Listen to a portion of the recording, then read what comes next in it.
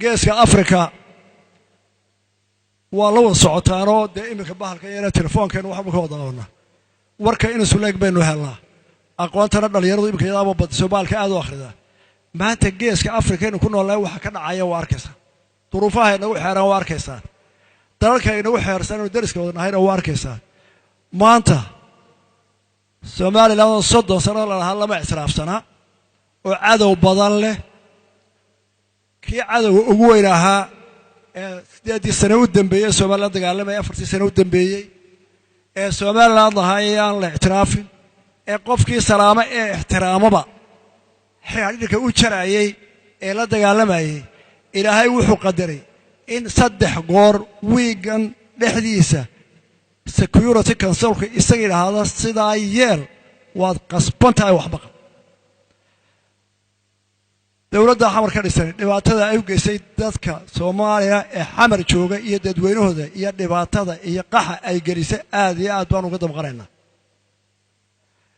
Soomaaliya maamulka iyo dadka hogaamiye iyo siyaasadda talaxooda aanu isaynaayo shacbiga walaalaha iyaga Soomaaliya marna dhibaato lama rabno haddaanu haynana waa u gurman lahayn markay dhibaato dhacdana waa u gurmanaa oo mar iyo lababa oo dhibaatooyin dhaceen baladweyne iyo jawhar intaanu ka karraa waa ka taraa maantana aad baan uga walaacnay oo uga naxnoon uga damqanay markaan horena xamar oo dib dagaal uga dabaalmayo aad iyo aad baan uga xumaanay eedaana waxa leh dawladdii hoggaanka haysay oo damacday dadkii inaanay dhageysan iyadoo waqtigeedu dhamaaday waxa ilaahay mahadiya in caalamkii oo dhan iyo shacab oo dhan ku qasbeen maanta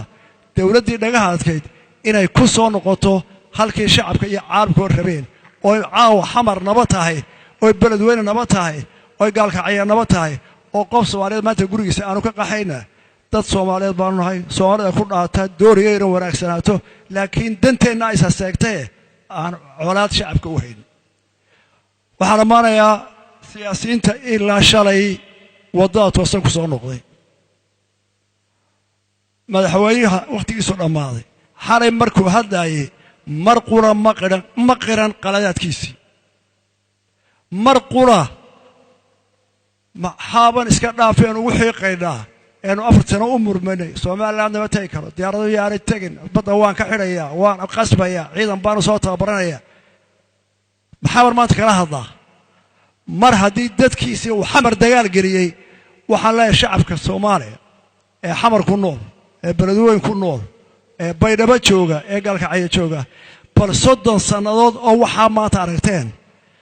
maanta dhibaato iska gaadhay baa naga haysta dawladda xamar ka dhismay kan ilaa kuwii ka horeeyay shacabaan waxaan iska codsanaynaa in ogaataan inaana dadka nabcayn qadanteenu isdiiday waxa maanta ka saasteen ka yaabteen caalamka yaabay ay 30 sano naga haysteen madaxdiina iyo dadka